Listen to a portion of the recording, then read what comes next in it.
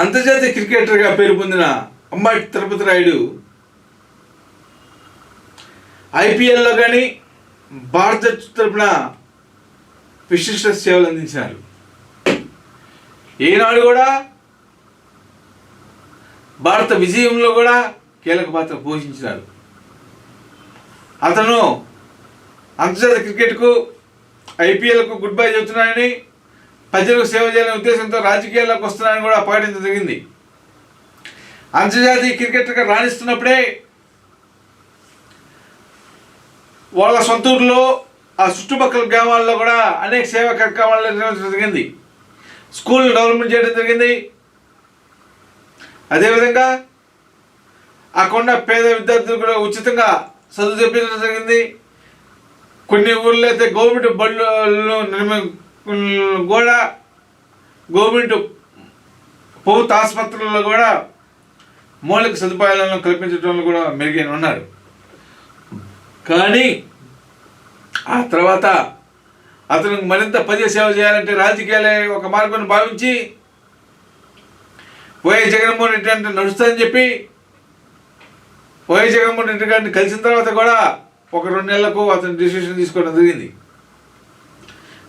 నేను second innings ఆడుతున్నాను, అది రాజకీయ ఇన్నింగ్స్, అది జగన్మోహన్ రెడ్డి పాలనపైనే నాకు మెరుగైన నమ్మకం ఉంది, పూర్తి విశ్వాసం ఉంది, అతని హయాంలోనే మళ్ళీ విజయం సాధిస్తానని, మరింత సేవ చేయాలంటే పేదలకు వైఎస్ఆర్ కాంగ్రెస్ పార్టీ సాధ్యమని జగన్మోహన్ రెడ్డి గారి నాయకత్వమే ఒక ఆదర్శమని భావించి చేరి వైఎస్ జగన్ సమక్షంలోనే వైఎస్ఆర్ కాంగ్రెస్ పార్టీలో చేరటం జరిగింది. ఆ తర్వాత జరిగిన పరిణామాలు చూస్తే అతనికి అనేక మంది ఆశలు చూపించారు అనేది మనకి ఉన్న అంతర్గత సమాచారం. జగన్మోహన్ రెడ్డి కూడా అతనికి 2 ఎంపీ టికెట్లు ఆఫర్ చేయడం జరిగింది. మీ ఇష్టం వచ్చే చోట పోటీ చేయమన్నారు. ఒకటి గుంటూరు, రెండోది నర్సాపేట. మీ ఇష్టం వచ్చే చోట పోటీ చేయండి, ఆ 2 టికెట్లు మీకు ఏది కావాలంటే అది ఇస్తామని చెప్పారు. కానీ అంబటి రాయుడు అతనున్న రాజకీయ పరిసరాలు కానీ, అతనున్న అభిమానులు కానీ, అతని కుటుంబ నేపథ్యం కానీ అంతా గుంటూరు పార్లమెంట్ నియోజకవర్గంతో ముడిపడి ఉంది కాబట్టి అతన్ని గుంటూరు పార్లమెంట్ నియోజకవర్గం ఎంచుకోవడం జరిగింది. గత 2-3 రోజుల కాలం చూస్తే చేరిన వారం రోజులు 10 రోజుల్లోపే నా రాజకీయ భవిష్యత్తు ఇప్పుడు నేను రాజకీయాలు దూరంగా ఉండదలుచుకుంటున్నాను, ఐపీఎల్లో ముంబై తరపున నాకు ఆడే అవకాశం వచ్చింది, అటు ఆటలు ఆడేటప్పుడు రాజకీయాలకు స్వస్తి పలకాలి, దూరంగా ఉండాలనే ఉద్దేశంతో రాజీనామా చేస్తున్నానని ఒక ట్వీట్ పెట్టి వైఎస్ఆర్ కాంగ్రెస్ పార్టీకి రాజీనామా చేయడం జరిగింది. ఈ రాజీనామా అంశం కూడా అందరం కూడా ఆశ్చర్యపరిచింది. వారం రోజుల్లోనే ఇంత కీలక నిర్ణయం తీసుకుంటారా అని. కానీ ప్రజల్లో అతను ముంబై క్రికెట్కు ఎంపికైంది కాబట్టి రాజకీయాలు మానుకున్నారు అనేది కూడా ఒక చర్చ జరిగింది. కానీ హఠాత్తుగా నిన్న తాడేపల్లిలోని పవన్ కళ్యాణ్ కలవడం జనసేన పార్టీ ఆఫీసులకు వెళ్ళి ఈ పరిణామాలు చూస్తే అతను జనసేన పార్టీలో చేరుతున్నారని కూడా మనకు అర్థమైపోతుంది.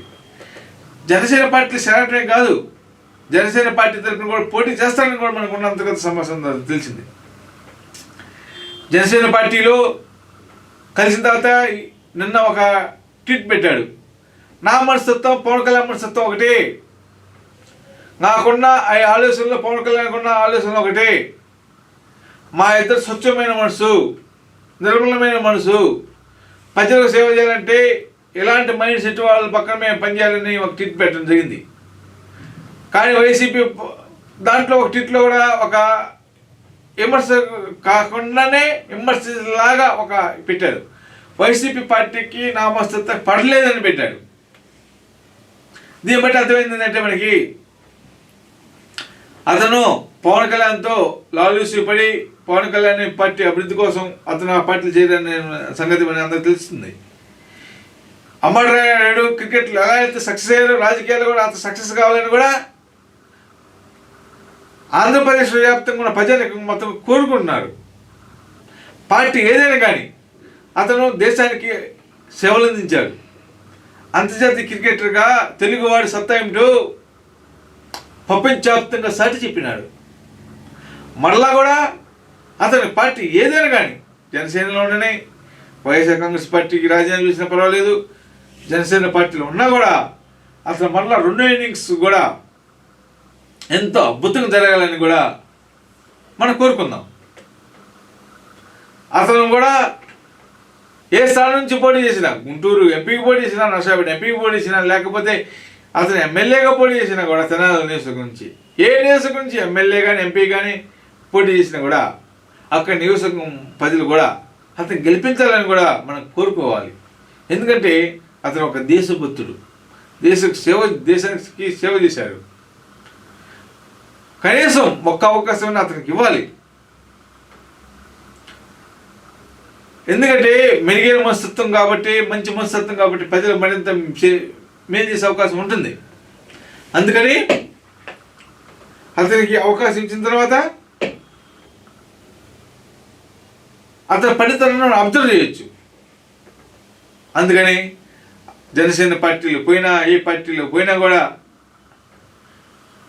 పవన్ కళ్యాణ్ నడిచినా, అమ్మరాయుడు ఎమ్మెల్యేగా పోటీ చేసినా, ఎంపీకి పోటీ చేసినా కూడా ప్రజలు అతను గెలిపించాలని కూడా మనం మనస్ఫూర్తిగా కోరుకుందాం. ప్రజల ఆమోదంతో రేపు జరగబోయే అసెంబ్లీ పార్లమెంట్ ఎన్నికలు ఎక్కడి నుంచి పోటీ చేసినా కూడా గెలుపొంది చట్టసభలకు వెళ్ళి ప్రజావాణి నిలిపించి ప్రజలకు మరింత సేవ చేయాలని కూడా Ambati Tirupati రాయుడును ఆశీర్వదిద్దాం. For more updates, like, comment, subscribe to our channel. Hey darlings, గంటని click చేయడం మర్చిపోకండి.